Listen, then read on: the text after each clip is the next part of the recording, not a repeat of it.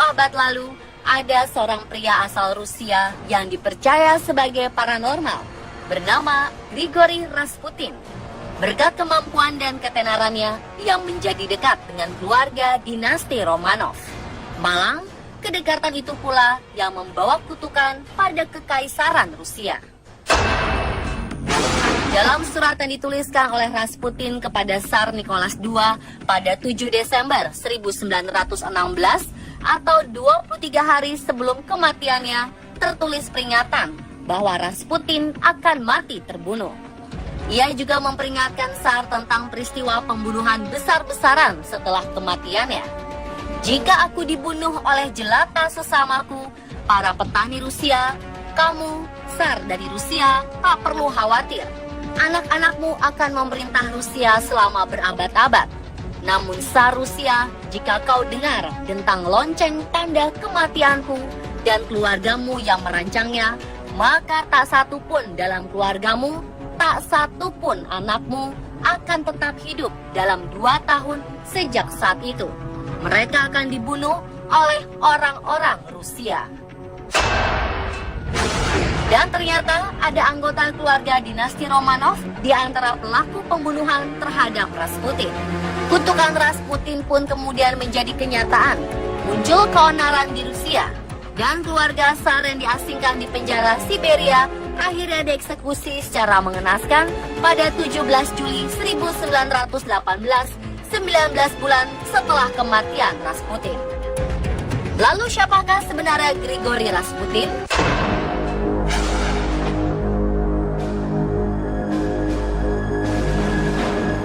Grigori Yasimovich Rasputin.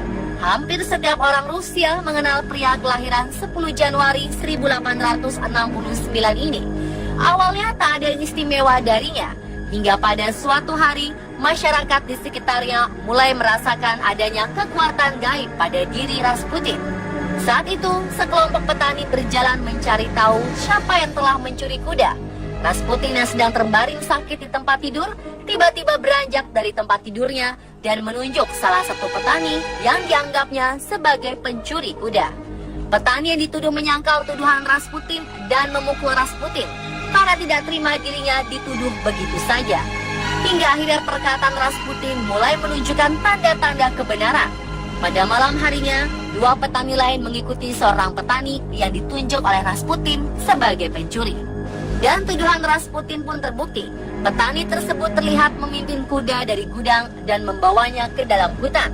Sejak saat itu, Rasputin dianggap sebagai seorang paranormal.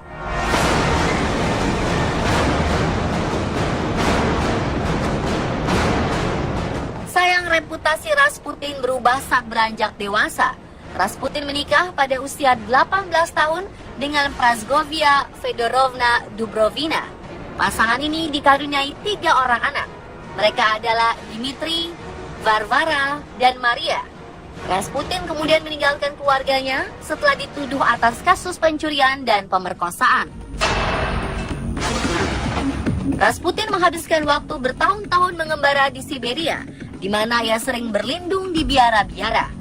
Pada tahun 1893, ia mengaku telah memiliki kebangkitan rohani setelah menerima visi dari Our Lady of Kazan, kemudian memanggilnya dengan sebutan Stranik atau pengemis pengembara suci. Beberapa lainnya menyebutnya Eurodiviv atau orang beragama yang aneh. Pada tahun 1902, ia sempat kembali ke kampung halamannya untuk memulai sebuah gereja. Namun ajaran yang radikal membuatnya diusir dari sana. Salah satu kepercayaan yang menyesatkan adalah satu-satunya cara untuk membersihkan dosa adalah dengan berbuat dosa sebelum akhirnya sepenuh hati mengakui segala kesalahan.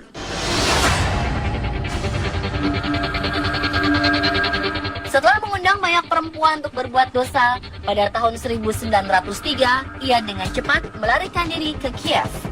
Di sana, Rasputin melunakkan ajarannya dan membuat otoritas gereja terkesan dengan pidato dan pemahaman kitab sucinya.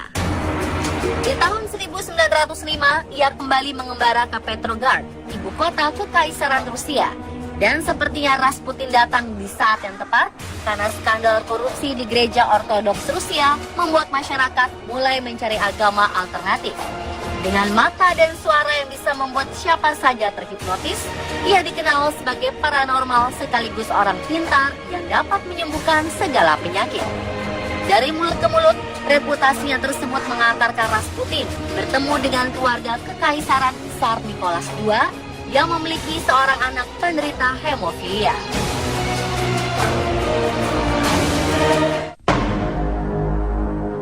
Alexei Nikolaich, anak kesayangan kaisar berusia 3 tahun ini tak kunjung sembuh meskipun sudah mendapat perawatan dari dokter-dokter terbaik di Rusia. Namun saat Rasputin datang dan berlutut untuk berdoa di sisi tempat Alexei terbaring, beberapa jam kemudian sang ahli waris ini dinyatakan sembuh. Semenjak itu Rasputin mendapat tempat tersendiri di keluarga dinasti Romanov. Dinasti Romanov sampai memberikannya perlindungan 24 jam di bawah pengawasan polisi rahasia. Namun yang terjadi di luar dugaan. Ketika sedang tidak mengajar atau menyembuhkan, ia berada di bar. Ia juga masih belum berubah dengan tidak membatasi diri menghabiskan waktu bersama para wanita termasuk para bangsawan. Melihat kelakuan Rasputin, para polisi tersebut melaporkannya kepada Tsar Nicholas II dan istrinya Alexandra. Namun mereka menolak untuk mempercayainya dan menuduh laporan itu hanya untuk menyudutkan Rasputin yang dianggap sebagai penyelamat putranya. Pada tahun 1914, Perang Dunia Pertama pecah. Saat itu juga, Tsar Nicholas II pergi untuk memimpin perang dan berpesan kepada Rasputin agar menjaga Rusia keluar dari konflik yang sedang terjadi. Tetapi pesan Tsar Nicholas II seolah diabaikan. Dengan sikapnya tidak berubah ketika sang kaisar berperang, ia mulai memasukkan teman-temannya dan mengusir para kritikus. Tak sampai di situ saja, di luar istana kekaisaran, Rasputin mengaku sebagai seorang kaisar. Tak sedikit yang mempercayai ucapannya ini. Hal inilah yang kemudian membuatnya memiliki banyak musuh dan menjadi sasaran pembunuhan. Tapi tentu saja bukan perkara mudah untuk membunuh sang paranormal, karena Rasputin ternyata seseorang yang kebal pada racun.